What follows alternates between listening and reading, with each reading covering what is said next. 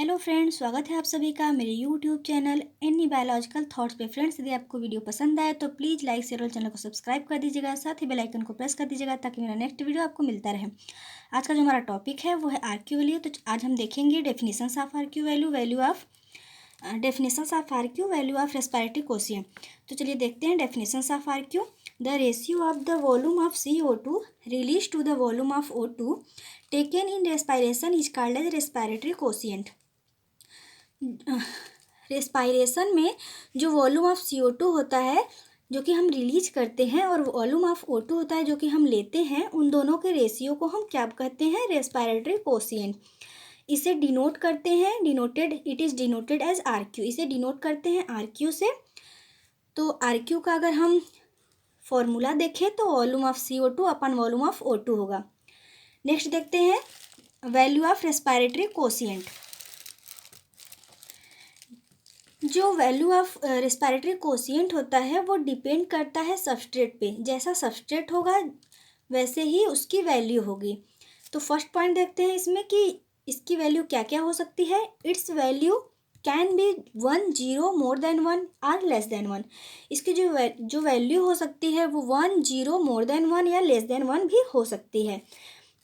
इसमें अगर हम देखें तो RQ इक्वल टू यूनिटी यानी कि RQ इक्वल टू 1 रखें तो इसमें देखते हैं फर्स्ट पॉइंट क्या होता है। RQ is equal to 1। RQ की वैल्यू 1 तभी होगी जब जो रेस्पिरेटरी सबस्ट्रेट होगा वो कार्बोहाइड्रेट होगा और जो रेस्पिरेशन होगा वो एरोबिक होगा। आप सभी जानते हैं कि जो रेस्पिरेशन होता है वो एरोबिक और एनारोबिक दोनों प्रोसेस में होता है। तो ये सारे जो वैल्यू दिए गए हैं 1, 0, मोर देन 1 और लेस देन 1, वो सारे जो हैं वो एरोबिक प्रोसेस में ही होगा। नेक्स्ट देखते हैं RQ की जो वैल्यू है वो लेस देन यूनिटी कब होगी। RQ is less than 1 when respiration is aerobic but the respiratory substrate is either fat or protein। Respiratory जो सबस्ट्रेट है वो फैट या प्रोटीन होगी, तभी RQ की वैल्यू जो होगी वो लेस देन 1 होगी। और जो रेस्पिरेशन होना चाहिए वो एरोबिक होना चाहिए, जैसा कि मैंने ऊपर बताया। नेक्स्ट पॉइंट देखते हैं RQ is about 0.7 for most of the common fats. Most of the common fats के लिए जो RQ की वैल्यू होती है वो 0.7 होता है। नेक्स्ट पॉइंट देखते हैं it occur during germination of fatty seeds.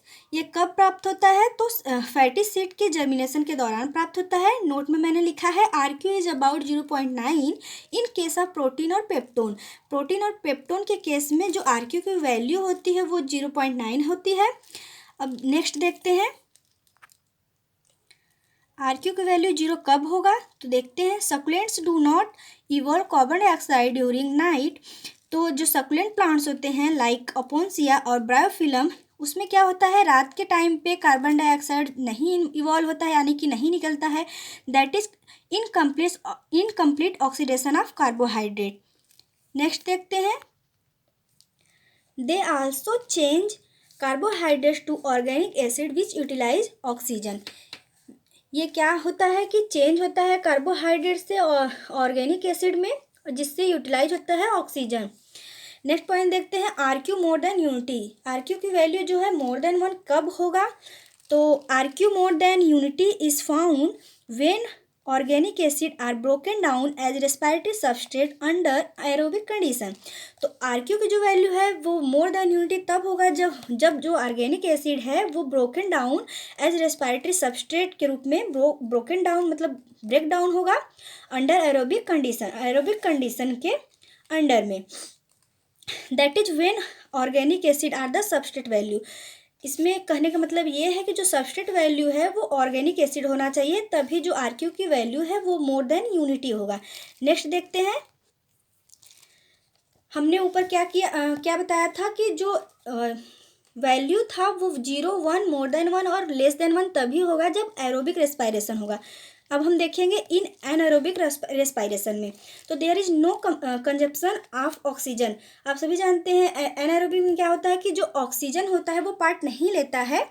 तो carbon dioxide is produced in most cases RQ is infinity. जो कार्बन डाइऑक्साइड है वो मोस्ट केसेस में कार्बन डाइऑक्साइड ही प्रोड्यूस होता है और RQ की वैल्यू क्या होती है? इनफाइनाइट। आई होप आपको वीडियो पसंद आया हो और आपके लिए हेल्पफुल रहा हो। प्लीज़ हेल्पफुल रहा हो तो वीडियो को लाइक कर दीजिएगा। Thank you friends.